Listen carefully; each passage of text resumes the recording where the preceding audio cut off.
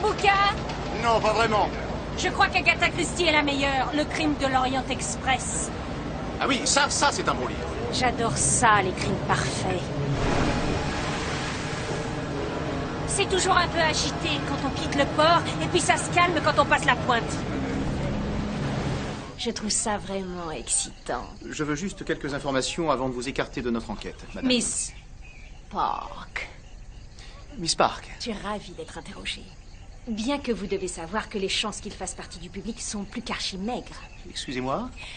Le moindre aficionado du crime digne de ce nom connaît par cœur l'étude de l'Institut texan de profilage criminel sur les meurtres commis en place publique. Eh ben, Sur les 109 affaires étudiées sur une période de 11 années, dans seulement 3% des meurtres uniques commis en place publique, le meurtrier connaissait sa victime, ou au moins l'avait rencontrée une fois. Je vois. 67% ont été commis par des tueurs à gages ou des hommes de main de ce genre. 22% résultaient d'une dispute qui avait lieu moins d'une heure avant que le meurtre soit commis. Donc si cette étude est correcte, un meurtre sur un ferry bondé quasiment à coup sûr, l'œuvre d'un tueur payé pour faire la Miss Park! c'est l'épée. Bien que j'apprécie votre enthousiasme, je voudrais vous poser quelques petites questions afin de préciser vos déplacements à bord du ferry. Oui. Désolée, ça m'a tout excité. Non, je vous en prie. Quand j'ai amené le prisonnier prendre l'air en haut sur le ferry, je vous ai vu arriver quelques secondes après. Oui, Et vous saviez que j'étais avec le prisonnier? oui, je vous ai vu au bastingage. Il était penché par-dessus comme s'il était malade. Et alors que vous étiez en haut, avez-vous vu quelqu'un avec un couteau ou ayant un comportement qui vous aurait semblé bizarre?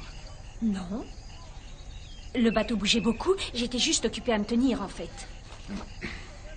Vos grands-parents ont investi dans le projet Paradise Beach il y a quelques années. Oui. Saviez-vous que le prisonnier était Léon Hamilton, l'homme condamné pour fraude et qui a fait faillite? Non, je l'ignorais. Vous ne saviez pas? Non. Mais si j'avais su, j'aurais été ravie de le supprimer. Il a volé tout ce que mes grands-parents avaient jusqu'au dernier penny. Je suis désolé. Ça fait de moi une suspecte, on dirait. Fidèle? Bien sûr, je me tiens à votre entière disposition si vous souhaitez me revoir. Je vous laisse mon passeport? Non, ça ira. Merci pour votre aide, Miss Park. Et bonne journée.